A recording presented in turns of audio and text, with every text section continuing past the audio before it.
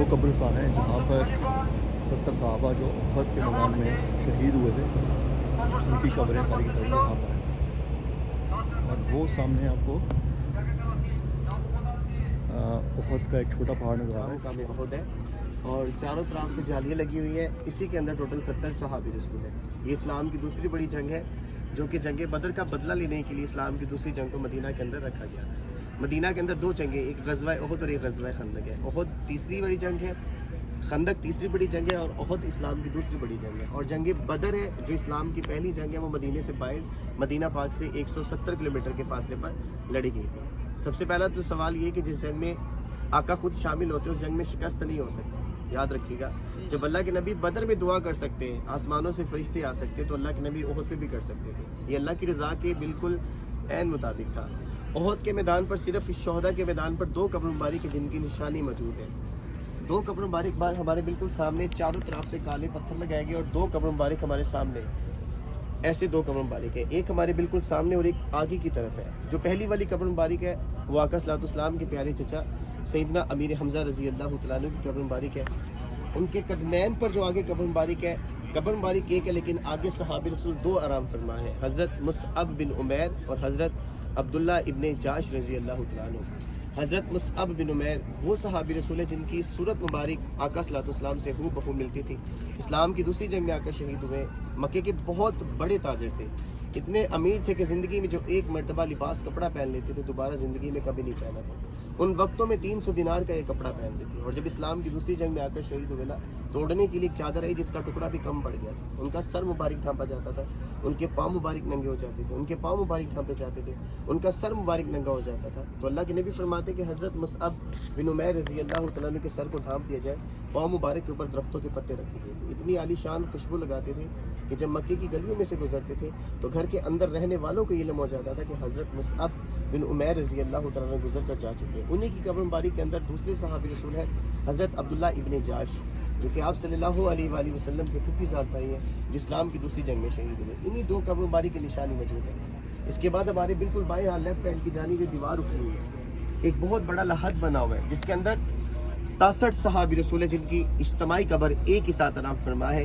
آگے کسی بھی صحابی رسول کے نام سے کوئی بھی قبر منسوب نہیں ہے. جتنے بھی آرام فرما ہے یہ وہ صحابی رسول ہیں جنہوں نے اللہ کے نبی کا دفاع کرتے ہوئے اسلام کی دوسری جنگ میں اپنی جانوں کے نذرانے پیش کیے. جتنے بھی آرام فرما یہ تمام کے تمام جنت کے صحابی رسول ہیں. لیکن یہ 4 دیواری ایک لحد بنا ہوا ہے، ایک بہت بڑی قبر مبارک ہے، اس کے اندر 67 صحابی رسول ہیں. لیکن اس جگہ پر ایک ایسے صحابی رسول بھی ہیں جن کا نام حضرت حنظلہ بن فاسق رضی اللہ تعالیٰ عنہ ہے. ایک واحد صحابی رسول تھے کہ جس دن یہ جنگ لڑی گئی، جنگ سے پہلے اللہ کے نبی آقا صلی اللہ علیہ وسلم نے ان کا نکاح پڑھایا تھا. جنگ کا اعلان ہوا تو اپنی شادی کے دن اپنے بستر کو چھوڑ کر احد کے میدان پر آ کر جنگ کے دوران شہید ہوئے. ایک واحد صحابی رسول تھے جن کا غسل نہیں تھا. 70 شہداء کرام کے جسم مبارک جب نماز جنازہ کے لیے یہاں پہ جمع کیے گئے تو واحد ایک صحابی رسول تھے جن کا جسم مبارک نہیں مل رہا تھا. 69 صحابی رسولوں کی جسم مبارک احد کی زمین پر موجود تھے، لیکن جو 70ویں صحابی رسول تھے ان کا جسم مبارک نہیں مل رہا تھا. جب ملا تو زمین سے ہوا کی جانب اوپر اٹھا ہوا تھا، ان کے جسم مبارک سے پانی کے قطرے ٹپک رہے ہیں. صحابہ کرام نے پوچھا تو پیارے آقا فرماتے کہ میں دیکھ رہا ہوں جو حضرت حنظلہ رضی اللہ تعالیٰ عنہ کے جسم مبارک سے جو پانی کے قطرے ٹپک رہے ہیں، اللہ کے ملائکہ، اللہ کے فرشتوں نے احد کے میدان پر ان کو غسل دیا تھا اور جنہیں لقب غسیل الملائکہ کا دیا گیا. سبحان اللہ. یہ ایک واحد زیارت ہے مدینہ پاک کے اندر کہ جس میں اللہ کے نبی اتنا روئے ہیں کہ آقا صلی اللہ علیہ وسلم کی داڑھی مبارک آنسوں سے بھر گئی. جب اللہ کے نبی کے پیارے چچا کو لحد میں اتارا گیا تو اللہ کے نبی جب رو رہے تھے تو اسی احد کے میدان پر حضرت جبرائیل علیہ السلام آئے. آقا صلی اللہ علیہ وسلم سے عرض کرتے کہ یا رسول اللہ، پیارے آقا، اللہ کے نبی رونا بس کر دیں، آپ کے چچا کو اللہ نے بہت بڑا بلند مرتبہ دیا ہے.